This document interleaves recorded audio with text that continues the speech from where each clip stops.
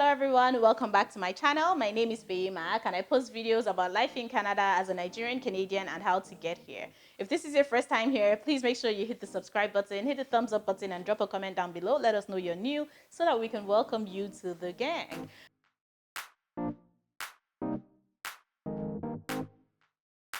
I hope you're well. Thank you for clicking this video. This video is going to be about the cost of a Toronto condo versus a basement apartment. Now, you guys know that I've lived in all sorts of housing in Canada. I've lived in 5 different cities across multiple provinces. So I kind of like to compare and contrast a lot of things. So in this video, it's basically all about the cost. In my last video, I told you about my expenses in Toronto, Canada, from my rent to bills, insurance, all of that. And I adjusted it for inflation for today's economy. However, in today's video, I'm going to be telling you what the difference is between getting a basement apartment and a condo in Toronto, Canada at the time that I did, and how much the difference would be even today based on the economic situation right now with inflation. Now, in my last video, I told you how much my rent was. It was $1,800 in that tiny Toronto basement. Now, if I were to get the same size of a Toronto condo, like a one-bedroom Toronto condo, 450 something square feet or 500 square feet like they do right now, that would have cost me $1,900 a month. Now, it cost me $1,800 to get a Toronto basement, but at the same time, it would have cost me $1,900 a month for a Toronto condo in 2020. Let me explain to you what has happened since 2020. Interest rates went down to an all-time low. The pandemic shut everything down. International students were not allowed to come into Canada. International students are a major market for landlords in Toronto, so there were a lot of condo apartments and basement apartments sitting empty in Toronto. So it became a war. Landlords started dropping their prices. Those that cost $1,900 in March of 2020, by like August 2020, they came down to like 1,400. So people that signed their lease at that time were lucky because they got good prices. So now with inflation, interest rates going up, inflation at 8.1% in Canada right now, everything is up and now has exceeded the pre-pandemic levels. Okay, so let's get into the numbers. So back in 2020, if I had gotten that $1,900 Toronto condo, I would have paid extra for utilities. I would say about $150 extra for utilities and maybe an extra $65 for Wi-Fi.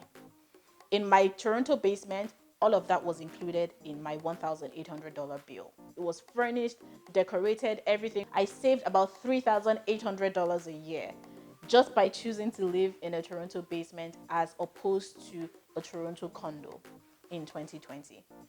Also, I said in my last video that I broke my 1-year lease early. Just so you know, here when you sign a lease, it's typically for 1 year and after then it becomes month to month. But for the first year, if you break your lease, your landlord can hold you for the remaining time that you were supposed to pay for the apartment unless you come to a mutual agreement. Now, some landlords are extremely nice, some are not. In Toronto, it's quite cutthroat. You know, they a lot of landlords just want to take your money in some cases. In my case, because I was dealing with, an individual and they were a nice young couple, very lovely, they did not hold us for that. So we were able to break our lease. We paid them something, but it wasn't as much as what we ordinarily would have had to pay to break free from that lease. So we ended up saving another few $1,000s by living in a basement apartment that was owned by a very nice couple, as opposed to living, in a condo apartment where it's like investors that are cutthroat and they don't want to hear any stories. So in total, I probably saved, I don't know, let's say about 6,000 Canadian dollars by living in a basement as opposed to a condo, and that's for the year. Now, for today's economy, where inflation has, gone wild, right now, if you were to get that same Toronto basement, it would be about $2,000 per month. However, it was all inclusive, it was fully furnished and everything. Now, if you were to get a Toronto condo today, right, based on the rental data that I've seen just for the past 7 days, a 1-bedroom condo would cost you about 2,300 Canadian dollars a month. Now, I say $2,300. I'm even being quite fair. In fact, it's 2,300 to 2,400 on average. There's some that are way higher, there's some that are just a little bit lower.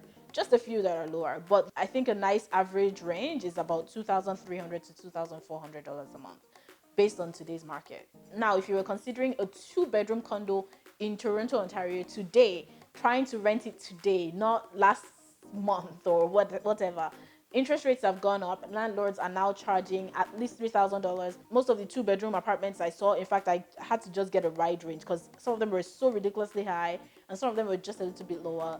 But I think a good average range that from data I saw was about $3,000 to $3,500 for a two-bedroom condo in Toronto. So if you're a couple, or if you have a family, or if you're friends and you want to get a Toronto basement or a Toronto condo together, instead of getting a one-bedroom condo that's going to cost you $2,400, you can get a two-bedroom condo that's going to cost you $3,000 and split the rent between you and your friend, and that's $1,500 each.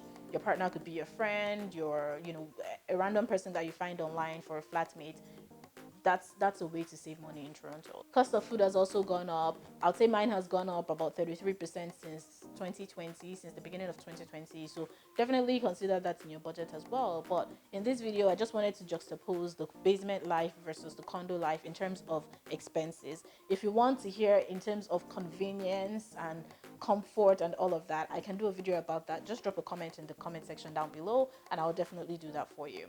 I hope you enjoyed this video. I hope you learned one or two things from it, and I'll see you in my next one.